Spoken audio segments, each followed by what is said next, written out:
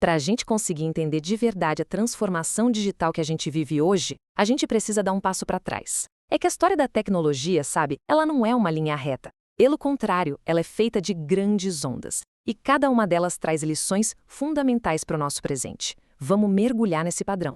Pode parecer uma pergunta meio maluca, né? Mas a resposta revela um padrão poderosíssimo. Tanto a máquina a vapor lá atrás, quanto a IA hoje, são o que a gente pode chamar de motores da mudança. São tecnologias que simplesmente redesenham o mundo. Elas mostram pra gente que, por mais que a ferramenta mude, as regras do jogo da disrupção, essas continuam bem parecidas.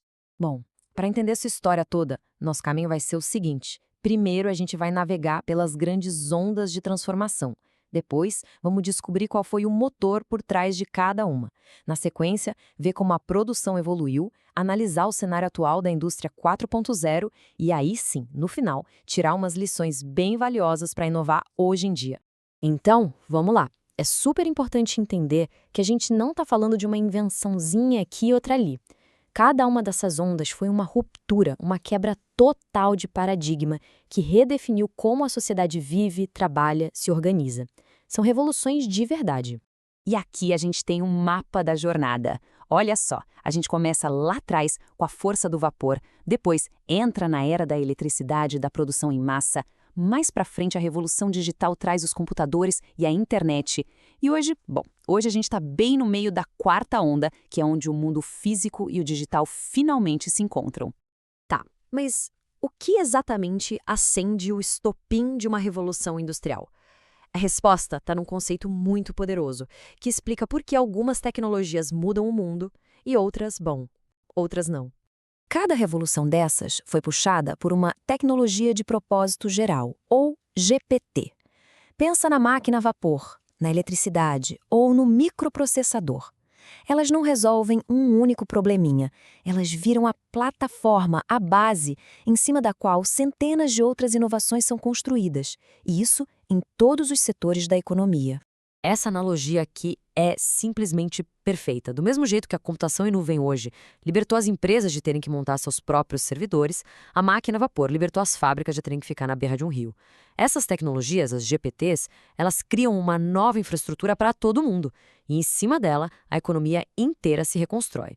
E o impacto mais claro, mais visível dessas tecnologias de propósito geral foi na forma como a gente produz as coisas. A mudança foi radical em cada uma das fases. Vamos ver como isso aconteceu na prática. A primeira revolução explodiu mesmo foi na indústria têxtil. Aquela produção que era feita em casa, sabe, pelos artesãos, foi substituída por fábricas mecanizadas. Um único tear a vapor fazia o trabalho de dezenas de artesãos. E claro, isso gerou uma disrupção social gigantesca, dando origem a movimentos como os dos luditas, que quebravam as máquinas em protesto. Aí, com a segunda e a terceira revoluções, a lógica da produção mudou de novo, e de forma drástica. Surgiram dois modelos que definiram o século XX. De um lado, o Fordismo, com aquela linha de montagem clássica para a produção em massa, e do outro, o Toyotismo, que veio como uma resposta às crises, trazendo flexibilidade e eficiência e superando aquele modelo rígido do Ford. Já a terceira revolução, a digital, levou a automação para outro nível. Impulsionada pelos microprocessadores, o chão de fábrica foi totalmente transformado com a chegada dos robôs industriais. Foi aqui que a força física começou a dar lugar para a precisão das máquinas programáveis. E toda essa evolução nos traz exatamente para o momento atual. A quarta revolução industrial, que muita gente conhece como Indústria 4.0. E aqui, as regras do jogo mudam mais uma vez. Olha só, o conceito de Indústria 4.0 nasceu na Alemanha. Foi uma estratégia deles para se manterem na liderança industrial. E a essência disso é a fusão total entre o mundo físico e o digital. Sensores, dados, nuvem, inteligência artificial, tudo isso junto não só otimiza processos, mas cria fábricas e produtos que literalmente pensam e se comunicam. Mas, claro, a adoção dessa nova realidade não acontece do mesmo jeito em todo lugar. E o que a gente vê aqui é um dado que, olha, chega a ser alarmante. Enquanto 54% das pequenas e médias empresas alemãs investem em inovação, no Brasil esse número é de só 18%. Essa diferença de 3 vezes não é só um desafio, é também uma oportunidade gigantesca para quem souber liderar essa transformação. Essa frase aqui captura perfeitamente a essência da indústria 4.0. Os produtos estão sendo redefinidos. Um carro moderno, hoje, é muito menos sobre mecânica e muito mais sobre software. E isso muda tudo!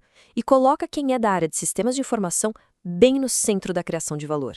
Certo, depois de toda essa viagem pela história, o que ela realmente ensina pra gente? Qual é a lição mais importante para quem não quer só criar tecnologia, mas quer de fato inovar hoje em dia? O ponto crucial, a virada de chave, é esta. Criar uma tecnologia brilhante é só o começo do trabalho. A história está cheia de invenções geniais que falharam. A verdadeira transformação, aquilo que a gente chama de inovação, não acontece dentro do laboratório. Acontece no mercado. Vamos pegar o exemplo clássico de James Watt. Ele não descobriu o vapor, mas ele inventou uma máquina a vapor muito mais eficiente. Isso foi uma invenção genial. Mas a inovação, a revolução mesmo, só aconteceu quando os empresários pegaram essa invenção e aplicaram nas fábricas, transformando toda a indústria. Então, essa diferença é fundamental.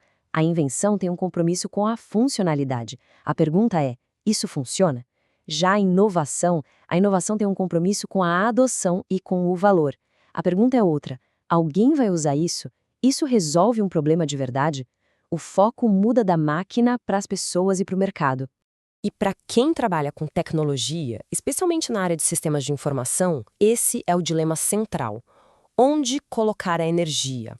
Na beleza técnica do código, na invenção perfeita ou na solução que vai ser de fato usada, que vai ser adotada e que vai gerar impacto real no mercado? A história nos ensina que a tecnologia tecnicamente superior nem sempre é a que vence.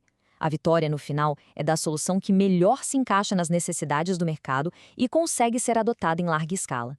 A questão que fica, portanto, não é sobre qual tecnologia criar, mas sim sobre qual valor entregar.